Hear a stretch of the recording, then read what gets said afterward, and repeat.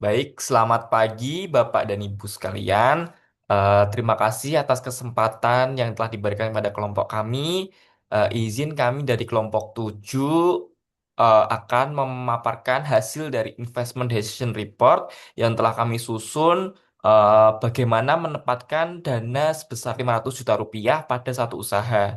Untuk anggota kelompok kami terdiri dari 7 orang. Yang pertama adalah Muhammad Rengga Maulana atau saya sendiri, kemudian Michael Yuda Herianto, kemudian Muhammad Ihsan, kemudian Tri Indah Utami, Trisni Novita Umbo, kemudian Wina Syahrani Wahyu Putri, dan Yogi David B. Ambarita.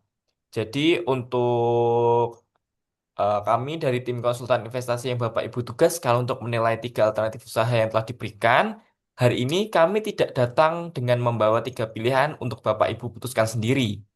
Kami datang membawa sebuah rekomendasi yang beserta buktinya dan perhitungannya, yang dimana seluruh dana 500 juta itu akan kami tempatkan pada usaha laundry hybrid di kota Banjarbaru. Kemudian 15 slide berikut ini kami akan menunjukkan bagaimana kami sampai pada kesimpulan itu dan mengapa 2 alternatif lainnya kami tidak dapat rekomendasikan untuk diambil. Yang pertama, mandat yang kami terima itu ada 4, yaitu yang pertama, kami diberikan dana sebesar 500 juta rupiah untuk kami alokasikan kepada usaha yang akan kami bangun. Yang kedua, ada 3 sektor alternatif yang akan kita nilai nantinya. Yang ketiga, hanya satu usaha yang akan didanai sebesar 500 juta rupiah. Kemudian dari 3 sektor tersebut akan dinilai 7 aspek penilaian yang meliputi pasar, pemasaran, operasional, SDM, keuangan, legal, dan risiko yang masing-masingnya akan diskor 1 sampai 10. Dan dari 4 batasan ini yang membentuk seluruh cara kami bekerja, yang paling menentukan adalah batasan ketiga, yaitu hanya satu usaha saja yang didanai. Dana 500 juta rupiah ini tidak cukup untuk diversifikasi lintas sektor. Jadi seluruh risiko akan menumpuk di satu pilihan saja. Konsekuensinya, kami tidak cukup mencari usaha dengan keuntungan yang terbesar. Kami harus mencari usaha yang tetap bertahan kalau proyeksi kami ternyata terlalu optimis. Ini yang akan Bapak Ibu lihat berulang dalam presentasi ini. Nah, berikut adalah 3 kandidatnya yang kami pilih untuk kami paparkan terkait pemilihan penempatan dana 500 juta rupiah. Kami sengaja memilih 3 usaha yang daya tarik permukaannya hampir setara, yaitu kedai kopi paling populer, yaitu Kopi Baulah, kemudian Pangan Beku paling cepat tumbuh, dan Penatu paling stabil. Dengan komposisi seperti ini, pemenangnya tidak bisa diduga dari cara kami memilih kandidat. Perhatikan perhatikan baris paling bawah setiap kartu, yaitu model pendapatannya berbeda secara mendasar. Yang satu menjual pengalaman, yang satu menjual waktu, dan yang satu menjual produk lewat perantara. 3 model ini punya 3 kegagalan yang berbeda, dan itulah yang akan kami uji. Untuk slide selanjutnya akan dibawakan oleh teman-teman saya berikut. Baik, saya lanjutkan untuk slide berikut di slide 4. Satu wilayah, satu perbandingan yang setara. Nah, Kota Banjarbaru, Kalimantan Selatan adalah ibu kota provinsi dengan pertumbuhan penduduk tercepat di Kalimantan Selatan. Tercatat bahwa tahun 2024 total penduduknya adalah 291.856 dengan pertumbuhan penduduk tertinggi yaitu lebih dari 2,36% dan indeks pembangunan manusia tertinggi di Kalimantan Selatan 81,65 lebih dari daerah lain di Kalimantan serta penduduk miskin yang relatif di bawah yaitu 3,79%. Nah, mengapa wilayahnya diseragamkan? Kalau ketiga usaha dinilai di kota yang berbeda, perbedaan skornya akan mencerminkan perbedaan kota, bukan perbedaan kualitas usaha. Dengan satu wilayah, daya beli, upah minimum, harga sewa, dan struktur persaingan berlaku setara bagi ketiga kandidat. Nah, implikasi bisnis dari data ini, kombinasi pertumbuhan penduduk tercepat, IPM tertinggi, dan perpindahan pusat pemerintahan menghasilkan satu jenis permintaan yang tumbuh paling cepat, rumah tangga urban baru. penghuni rumah sewa dan aparatur yang bekerja penuh waktu dan menukar waktu dengan layanan. Kemudian di slide berikutnya, yaitu di slide 5, bagaimana angka-angka yang kita presentasikan ini kami peroleh. Ada 7 tahap berurutan. Setiap angka dapat dilacak balik dari sumbernya. Yang pertama adalah tetapkan 3 alternatif, kemudian kedua adalah kita mengumpulkan data, ketiga adalah analisis 7 aspek, keempat adalah matriks perbandingan, 5 adalah pemberian skor 1 sampai 10, 6 peringkat, dan 7 adalah keputusan investasi. Nah, aturan yang kami pegang, setiap angka harus berasal dari data resmi suatu lembaga, harga pasar yang terpampang publik, atau asumsi teknis yang dinyatakan secara terbuka. Angka yang tidak memenuhi salah satunya tidak kami pakai. Nah, eh, berikut adalah jenis atau sumber yang kami pakai, yaitu pertama statistik resmi, dipakai untuk basis pasar dan biaya tenaga kerja. Jadi contohnya adalah BPS Kota Banjarmasin. Kemudian kedua adalah asosiasi industri, dipakai untuk arah dan lanjut permintaan. Kemudian ketiga adalah regulasi atau kewajiban perizinan. Data yang diambil adalah PP nomor 5 tahun 2021, ada PP 42 tahun 2024, dan Undang-Undang 33 tahun 2004. Kemudian ada loka pasar daring atau harga peralatan. Nah, ini bisa contohnya seperti Tokopedia, Blibli, Mitra 10, dan sebagainya. Kemudian terakhir adalah jenis sumber, yaitu peta digital atau pemetaan pesaing. Nah, ini kita ambil contoh dari 22 pesaing aktif di Banjarbaru. Kemudian slide berikutnya diteruskan oleh rekan kita yang lain. Baik, selanjutnya untuk slide 6 merupakan hasil temuan kami di lapangan berdasarkan review pelanggan untuk tiap jenis usaha. Eh, jika dibandingkan untuk 22 pesaing aktif seperti yang disebutkan sebelumnya, pada grafik di kiri membandingkan pesaing terbesar di masing-masing sektor. Di kedai kopi, pesaing terkuat punya 681 ulasan dengan nilai hingga 4,5. Dan ada 5 pesaing sekelas itu, 4 diantaranya di satu jalan yang sama. Kalau kami masuk, kami harus merebut pelanggan dari pemain yang sudah mapan. Untuk laundry, pesaing terbesar hanya terdapat 40 ulasan. Tidak ada pemain dominan, kami tidak perlu merebut pelanggan siapapun, cukup mengisi permintaan yang belum terlayani. Dan satu temuan yang paling menarik adalah keluhan pelanggan laundry di Banjarbaru hampir semuanya soal keterlambatan, bukan harga ataupun kualitas. Jadi, keterlambatan merupakan masalah kapasitas mesin dan disiplin proses. Dan dua hal itu bisa dibeli dengan modal. Untuk frozen food, angka 859 pada diagram adalah untuk pengecer, bukan produsen. Artinya, kami tidak punya pesaing produsen, tapi 7 pengecer kuat inilah yang memegang kunci akses ke konsumen. Selanjutnya, pada slide 7,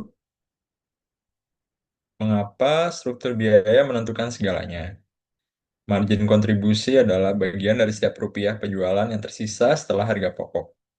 Pada laundry, angkanya sekitar 88%, kedai kopi 65%, dan frozen food 45%. Yang penting dipahami adalah perbedaan ini bukan hasil kami memilih asumsi yang menguntungkan salah satu. Ini merupakan konsekuensi struktural dari apa yang dijual. Kedai kopi menjual barang, jadi harus membeli bahan untuk setiap gelas. Frozen food menjual protein olahan, dan protein merupakan barang yang mahal. Laundry menjual pemakaian mesin dan waktu kerja, dan keduanya sudah dibayar sebagai biaya tetap. Jadi tambahan penjualan hampir seluruhnya jatuh ke margin. Untuk slide selanjutnya akan dijelaskan oleh rekan yang lain.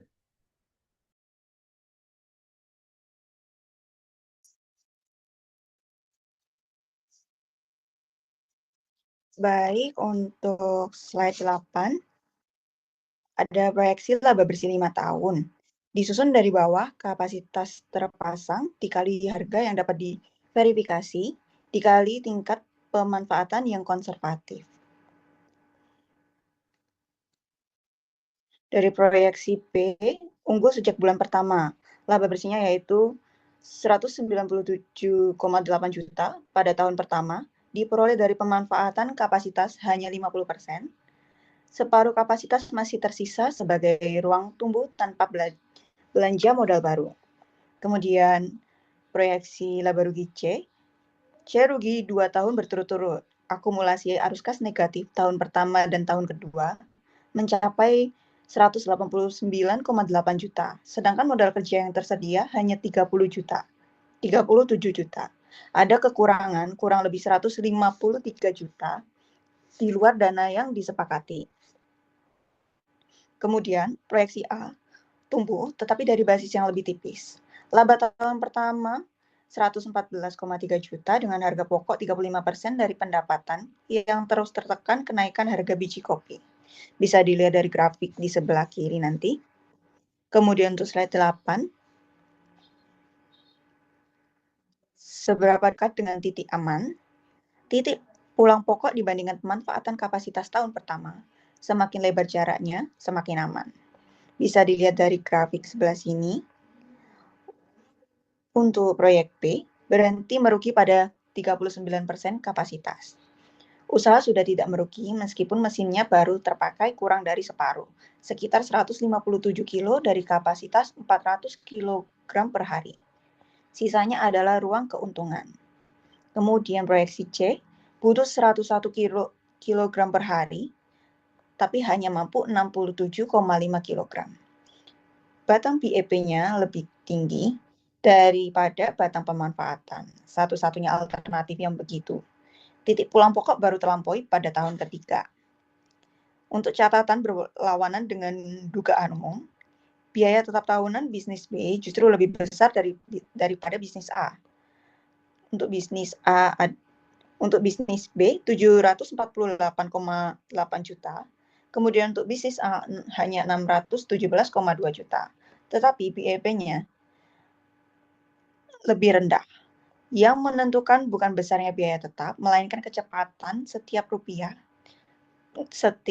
penjualan menutupnya. Untuk slide selanjutnya akan dilakukan dengan Kakak David. Silakan.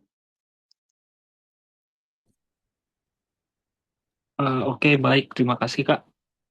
Untuk yang selanjutnya, kita akan masuk ke bagian indikator kelayakan, di mana akan dihasilkan satu kesimpulan yang sama. Di sini menerapkan tingkat diskonto sebesar 12%, di mana biaya dana bebas risiko relatif, yaitu KUR bersubsidi 6%, ditambah dengan premi risiko usaha mikro kecil sebesar 6%, sehingga mentotalkan sebesar 12%. Oke, dari tabel berikut kita dapat melihat bahwa terdapat perbandingan mulai dari net present value, di mana opsi bagian B atau laundry hybrid menghasilkan NPV yang paling tinggi sebesar 1.320,7 juta. Di mana nilai ini dinilai layak karena telah mencapai NPV lebih dari 0. Oke, untuk selanjutnya yaitu internal rate return, di mana untuk laundry hybrid ini sendiri menghasilkan return yang lebih tinggi juga, yang paling tinggi sebesar 77,18%, dan dinilai cukup layak karena telah melebihi 12%. Nah, untuk payback period ini sendiri, di mana laundry hybrid ini menurut pandangan kami dapat mencapai periode yang paling singkat, yaitu selama 1,53 tahun atau 1,5 tahun lah dapat dikatakan, sehingga dinilai yang paling layak. Untuk yang indikator selanjutnya yaitu profitability index, di mana laundry hybrid ini mencapai indeks yang paling tinggi sebesar 4,078, sedangkan dari sisi tahun mulai mencatat laba, coffee shop dan juga laundry hybrid dinilai sama. Pada tahun pertama sudah mampu mencatatkan laba, sedangkan untuk frozen food ini sendiri baru mampu di tahun ketiga, di mana itu merupakan 3 kali lipat dari yang lainnya gitu. Nah, mengapa C gagal di semua indikator sekaligus?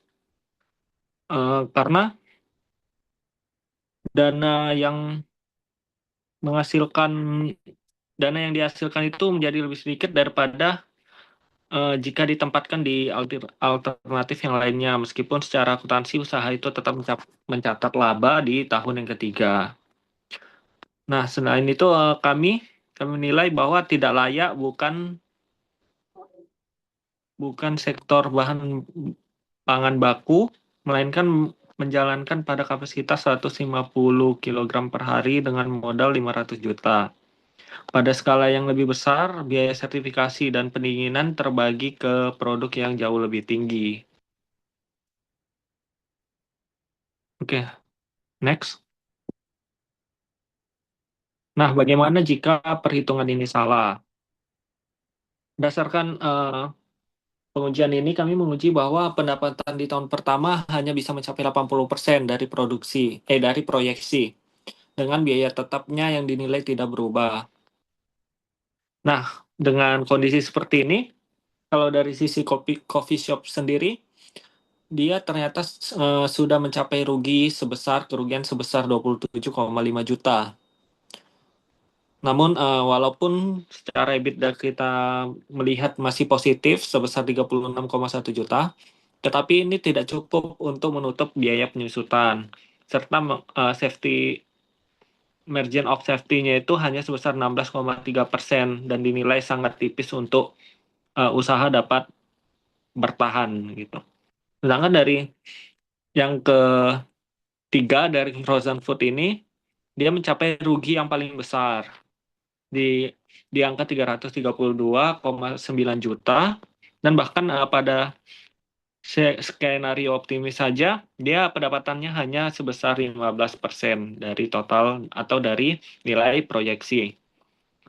Karena memang dari pembahasan sebelumnya opsi C ini baru dapat mencapai laba di tahun ketiga.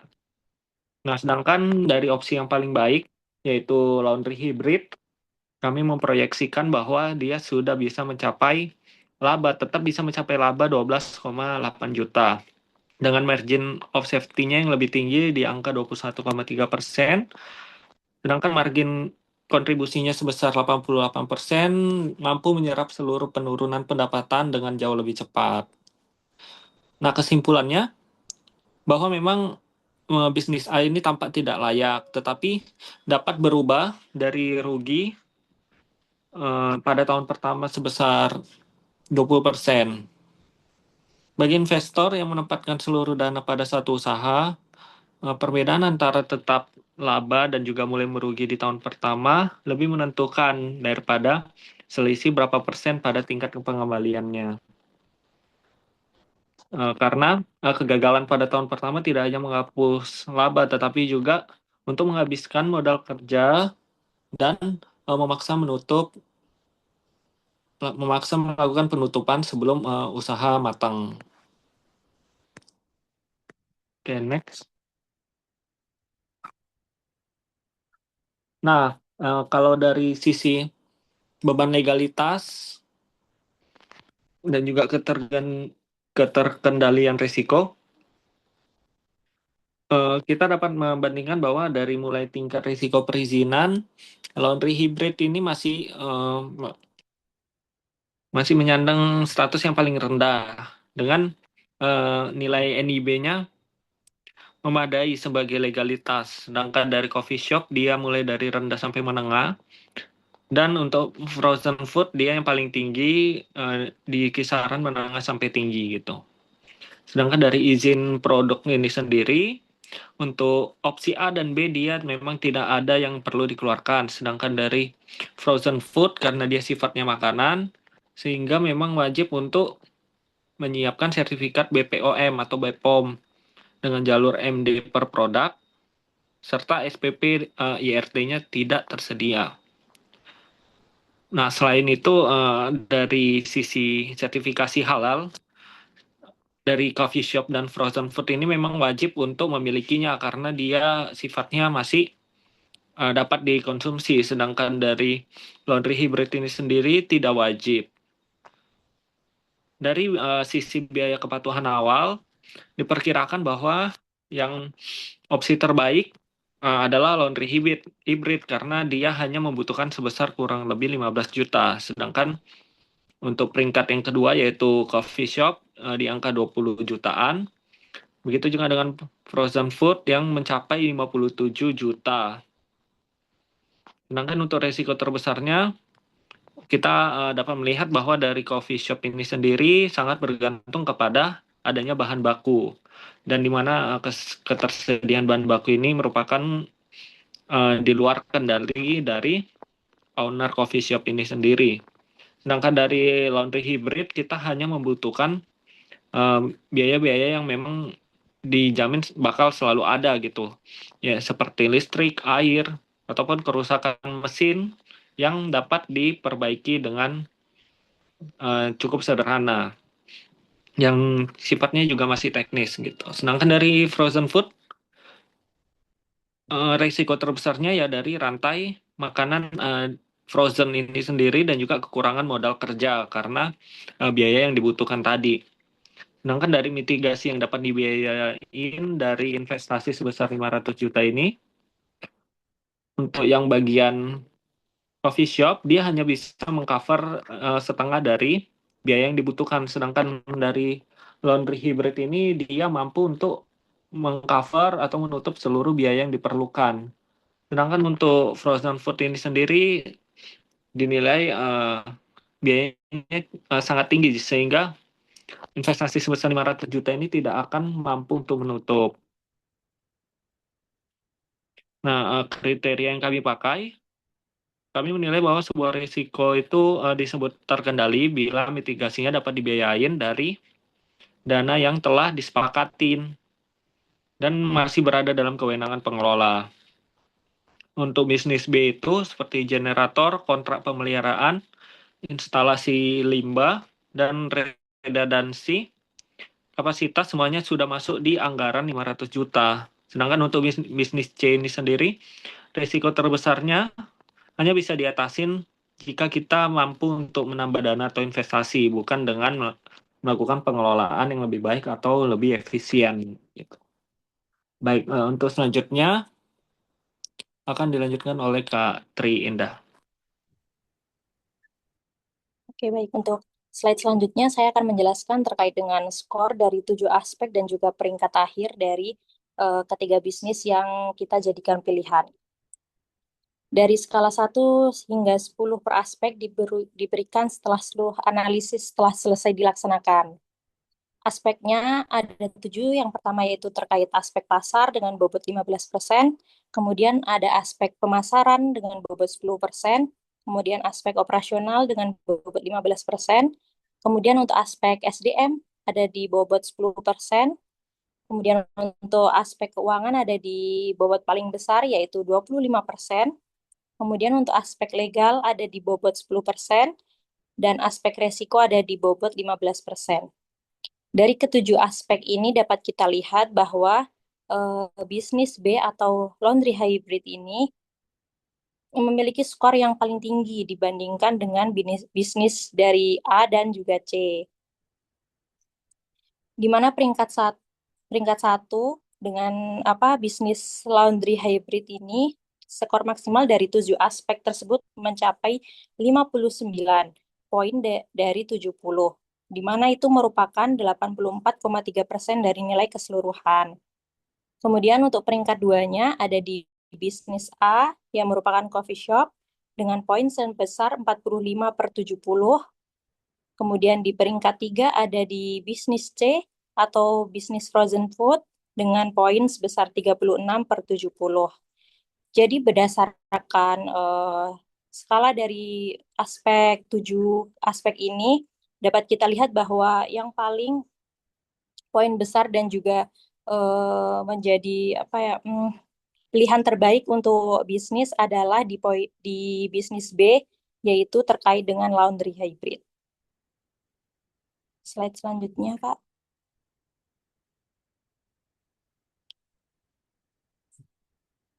Kemudian berdasarkan penjelasan dan juga aspek-aspek yang telah kami lakukan atas 3 pilihan bisnis, kami menempatkan seluruh 500 juta dana pada bisnis B, yaitu laundry hybrid.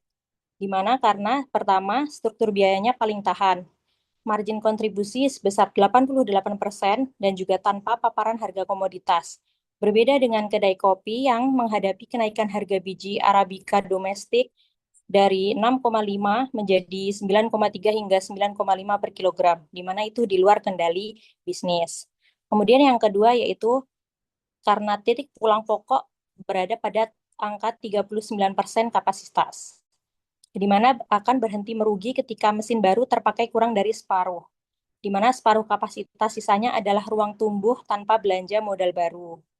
Alasan yang ketiga yaitu satu-satunya yang tetap laba pada skenario buruk yang tadi sudah dijelaskan oleh rekan saya, di mana laundry hybrid ini bertahan pada penurunan pendapatan sebesar 20%, di mana saat dua alternatif lainnya adalah merugi. Dan juga mitigasi resiko seluruhnya sudah dapat masuk dengan anggaran 500 juta tersebut. Kenapa bukan bisnis A yang kami pilih? Walaupun layak, tetapi rapuh, seperti margin keamanan hanya 16,3% dan berubah merugi bila pendapatan kurang dari 20%. Dua resiko terbesarnya berada di luar kendali pengelola. Sedangkan mengapa bukan bisnis C? Karena dalam uji kelayakan seluruhnya gagal, dengan mana arus kas negatif 2 tahun senilai 189,8 juta dengan modal kerja hanya sebesar 37 juta, di mana terdapat kekurangan kurang lebih sekitar 157 juta di luar dana yang telah disepakati. Di mana juga dari penjelasan sebelumnya, laundry hybrid ini mendapatkan skor 59 dari 70 dari 70 dinilai dari 7 aspek studi kelayakan bisnis. Kemudian slide selanjutnya akan dijelaskan oleh rekan saya, Ihsan. Silahkan, Kak.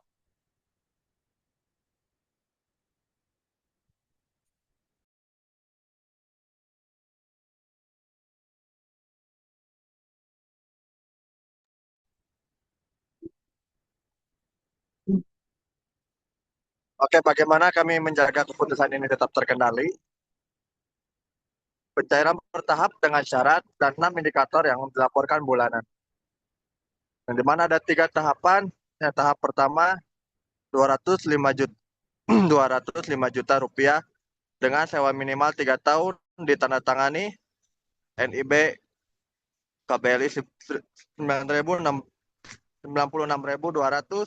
terbit SPPL disampaikan, yang dimana tahap kedua 258 juta di bulan pertama renovasi dan instalasi listrik sampai dengan air selesai diperiksa kontrak mesin dengan jaminan purna jual.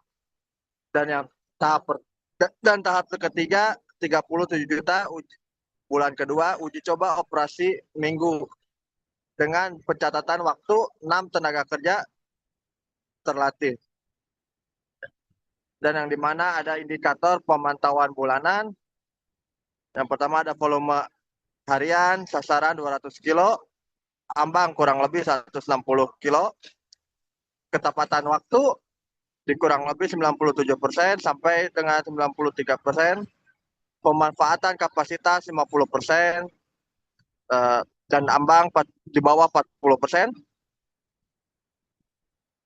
pelanggan berulang kurang lebih 60%, dan ambang di bawah 50%, rasio keluhan kurang lebih 1%, ambangnya di bawah 2,5%.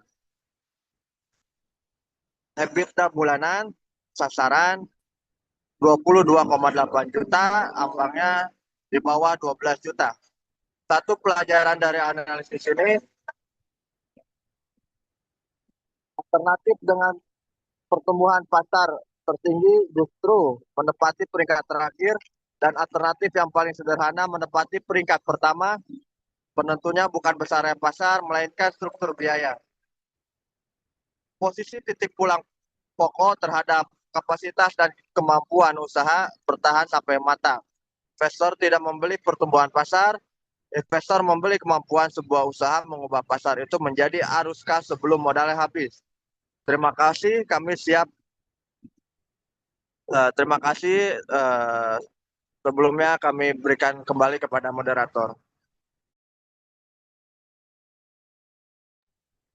Baik, terima kasih atas pemaparan dari seluruh rekan-rekan kerja saya atas hasil keputusan investasi ini bahwa dana 500 juta itu akan ditempatkan kepada laundry hybrid. Sekian presentasi dari kami ini selaku tim konsultan. Kami akhiri. Wassalamualaikum warahmatullahi wabarakatuh. Terima kasih atas kesempatannya.